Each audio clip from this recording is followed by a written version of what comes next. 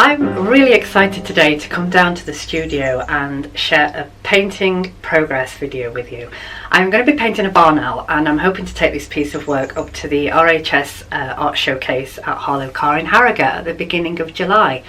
So it's going to be an acrylic painting on paper, and I'm going to share my materials with you. I'm going to share how I paint it with you. You'll be able to see me creating the painting, so I hope it's as exciting for you to watch as it is for me to make this. Any questions, of course, pop them in the comments below or send me a message. Anything you want to know about my process or materials, anything like that, just please ask. I'm always really happy to answer those questions for you. Anyway, without further ado, I've got a painting to crack on with, so I'm going to get started. Let's go.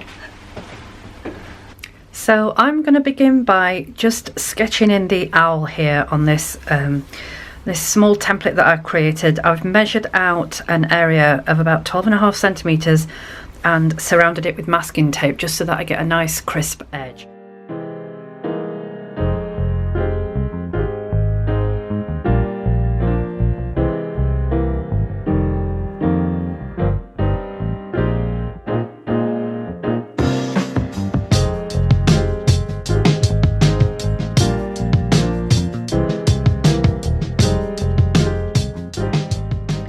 So now we've got a rough outline here of the barn owl, and I'm now going to go and fill in the background with a mixture of Payne's Grey and Prussian Blue. Once the background has been laid down, we're ready to move on to the bird. So I'm going to be adding some different colour washes using acrylic paint to this area here. I will come back to this background space a little bit later on to add some extra details, just to make the painting more interesting. But for now, we're going to start painting in the barn owl.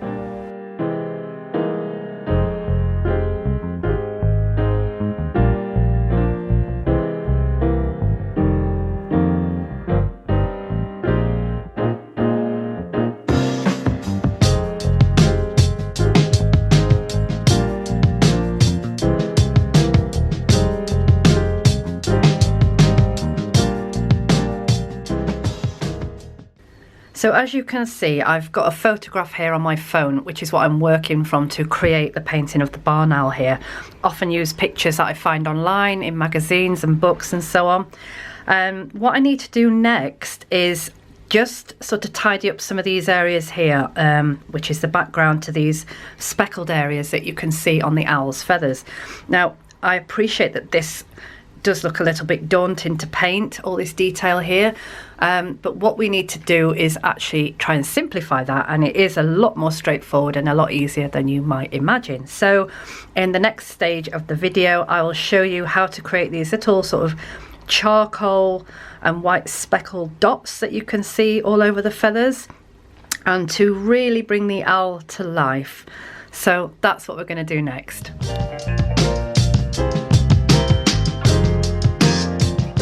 Okay, so here's a quick tip for you. I thought this would be a good one to share. If you're creating a bird and you want the softness of feathers, the trick is, once you've got your bottom layers down and they're thoroughly dry, take a dry brush and add a little bit of undiluted acrylic, wipe the excess off on a piece of kitchen towel, and then just gently sort of come in and brush like so.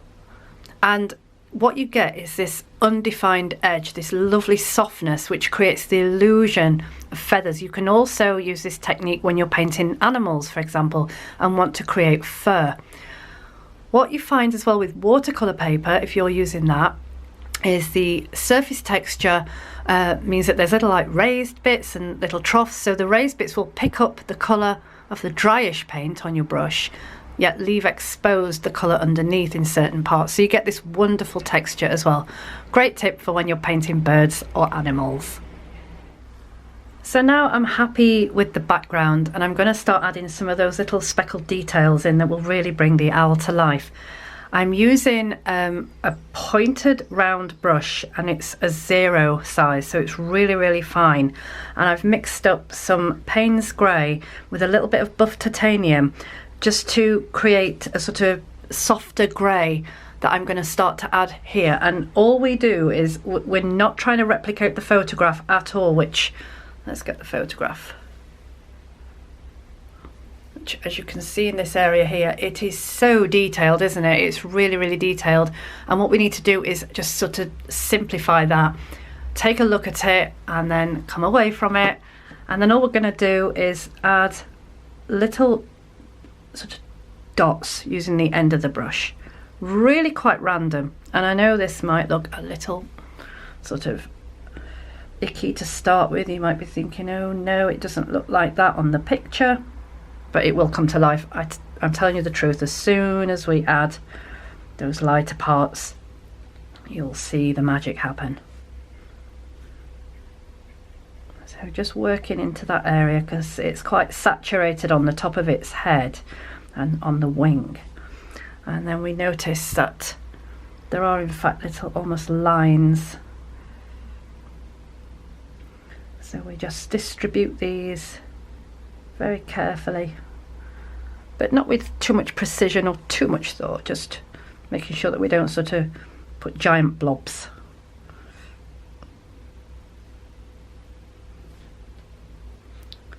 As we move down to the white, I'm adding a little more of the titanium to the Payne's grey just to lighten it, because they are a little lighter in this area. So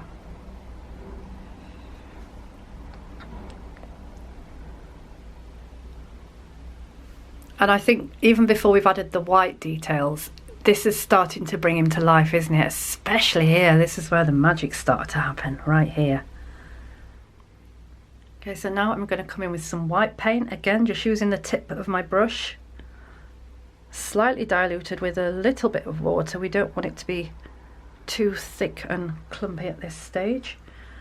And then with the very tip, sort of following where some of these little dark grey speckles are, just moving in with the tip of the brush, as I say, and creating those lighter areas.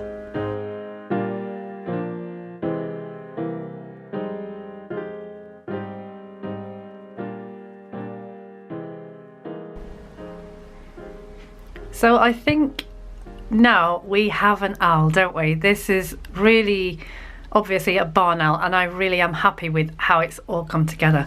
Now I'm holding in my hand a Neocolor wax pastel, and these are water soluble and they're by Caran d'Ache. This one is beige, and I'm just going to turn it on its end, so this lovely sharp edge here. I am literally just going to add a few random lines and then rub over them gently with my finger.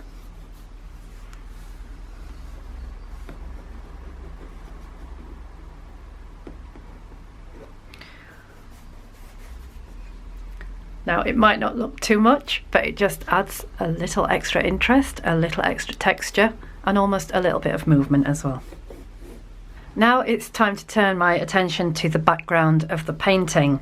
Obviously at the moment there's no detail or information around the owl whatsoever, so I'm going to start by adding in a very small crescent moon in the background here. Now I'm using a rigger brush, and it is in size number 1. A rigger brush is basically a brush with extra long bristles. I'll just give you something to compare it to. Okay, so this is one of the brushes I was using earlier. Can you hear the baby birds outside? I don't know if the camera's picking that up or not. It's lovely. They're all outside my window on the feeder. There's about 10 of them. Anyway, back to brushes, sorry. I digress. So yes, this is a small pointed round, and you can see the difference in the length there. So rigger brushes you can use for long sweeping strokes, ideal if you need to do long lines, things like that. But I also find them handy for drawing and painting in moons. So we're going to do that now with a very watered down wash of white. One thing I will say when using a rigger is your paint will need to be really quite diluted in order for it to not sort of catch and run out of paint halfway through what you're doing. So let's give this a go.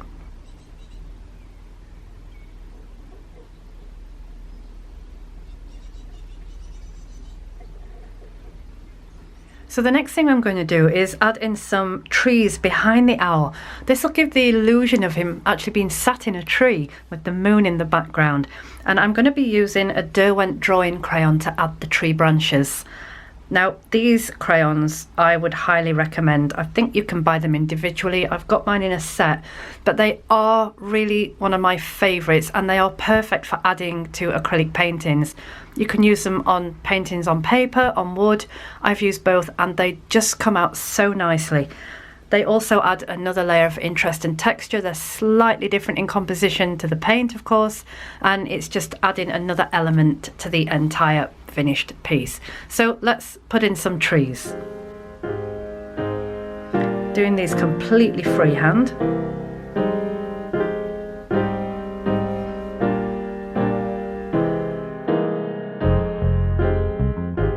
So I've drawn in the trees in the background, and what I need to do now is just overlay them with a little bit of paint, this dry paint technique that I told you about before. And on my brush at the moment I've got a little mixture of Payne's Grey and Prussian Blue, which will just match in with the background here. And I'm just going to start by just gently, and it's barely discernible, I know, but it just sort of softens things a little bit. Brush over the tree details.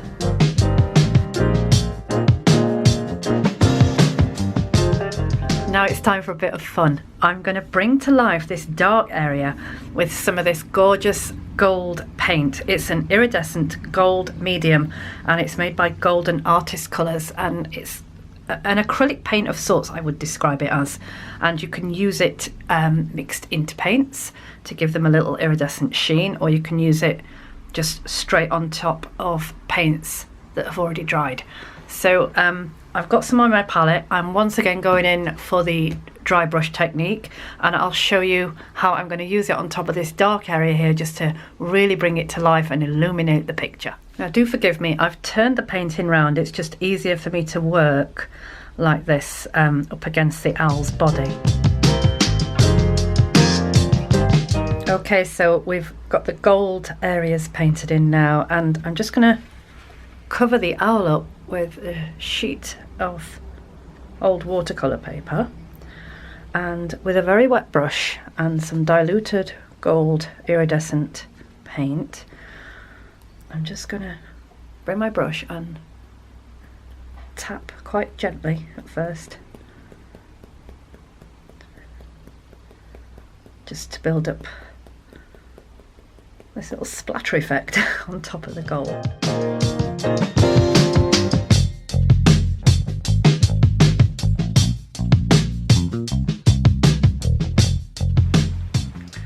So there we have it, the finished painting all mounted up in this lovely white mount. I do like these wider mounts, and I think when it's a smaller artwork it really helps to kind of make it stand out. It's also got a backboard and it's absolutely ready for framing. But as I said, this will be coming up to Harrogate with me to RHS Harlow Car. I hope that you have enjoyed this painting video and maybe picked up a few tips and techniques for your own artwork. In the meantime, if you have any suggestions about things that you'd like me to tackle in the bonus videos in the months ahead, then just drop me a line. I always love to hear your suggestions and ideas.